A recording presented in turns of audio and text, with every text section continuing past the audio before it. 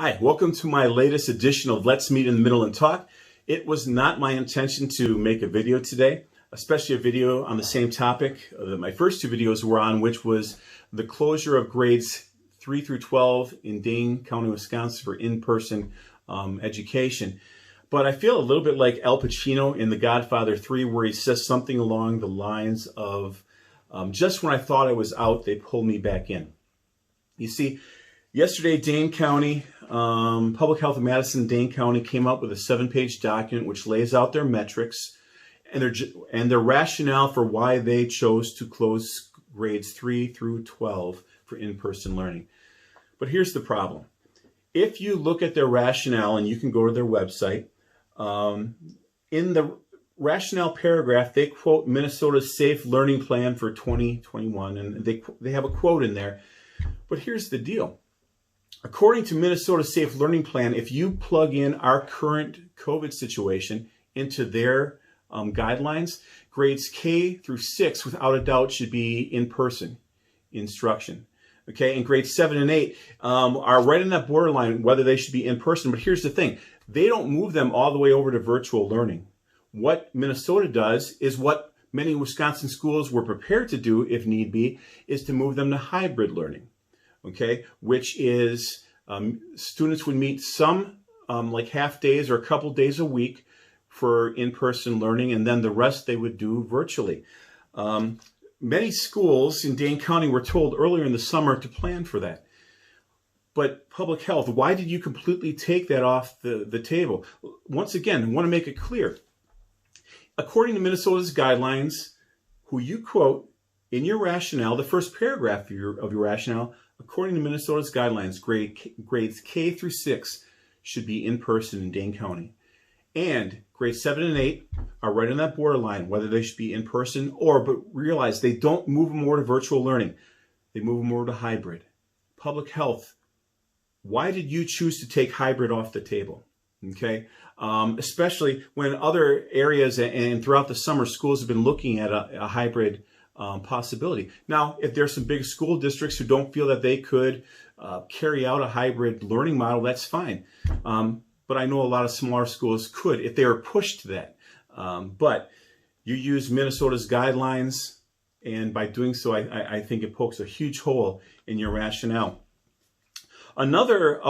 One other point with Minnesota's guidelines. It's interesting. If you read their guidelines, the governor's guidelines apply to public and charter schools. They don't apply to private schools.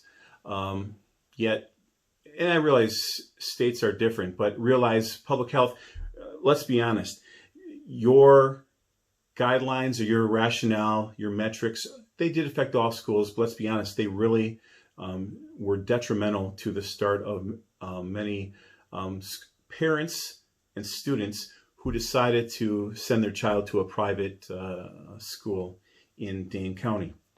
So then you go to further down in that first paragraph, they quote Harvard's path to zero. Okay, in schools. It's a Harvard guidance. Once again, much like the Minnesota guidance, public health, if you plug Dane County's situation into Harvard's guidance, grades K through 5 without a doubt should be in person, and grades 6 through 12 should be in person if appropriate safety guidelines and measures can be put in place. Public health. Schools throughout Dane County, private schools throughout Dane County have spent the summer putting those plans in place. The Harvard guidance, which you reference, they say, according to, we should be able to have grades K through 5 without a doubt. It doesn't even talk about with having measures in place, but grades 6 through 12 should be able to be in half school if measures can be put in place. And if they can't, that's fine. Public school districts can choose to go virtual. But why are you forcing all schools in Dane County to go virtual if they can put those plans in place? So quite frankly, public health, I think your rationale falls flat. And I'm an educator by trade.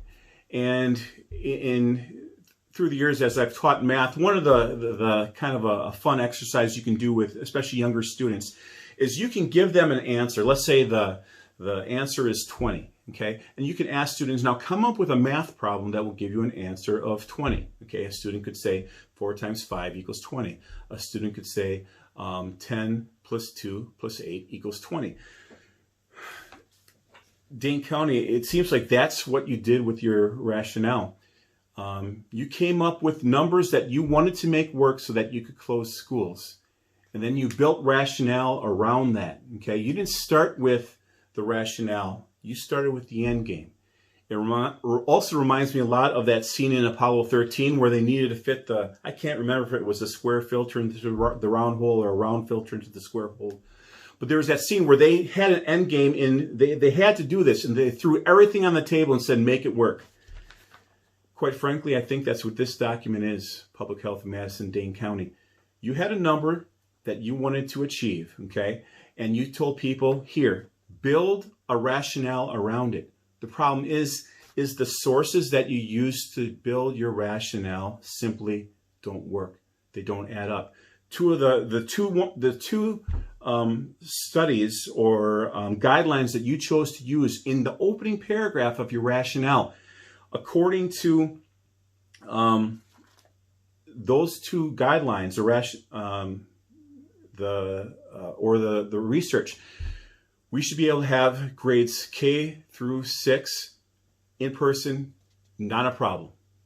And then, depending on which Minnesota or Harvard you look at, there should definitely be options for grades 6 through 8, especially if those safety measures are in place. So let's meet in the middle and talk. Public health, it seems like you had an end game in mind. You built rationale around it instead of starting with the rationale, okay? Feel free, those who are watching the video, do some research. If you find holes in anything I said, please use data and poke the holes in my research. Otherwise, public health, you owe us an explanation of, you tried to give us an explanation, but I think it fell flat. So let's meet in the middle and talk. Please feel free to have your comments down below. Share this, especially if you live in Dane County.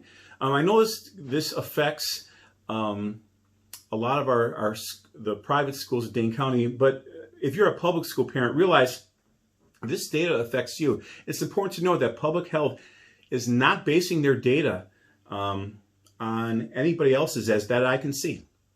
They pick bits and pieces to try to make it work, but it just falls flat.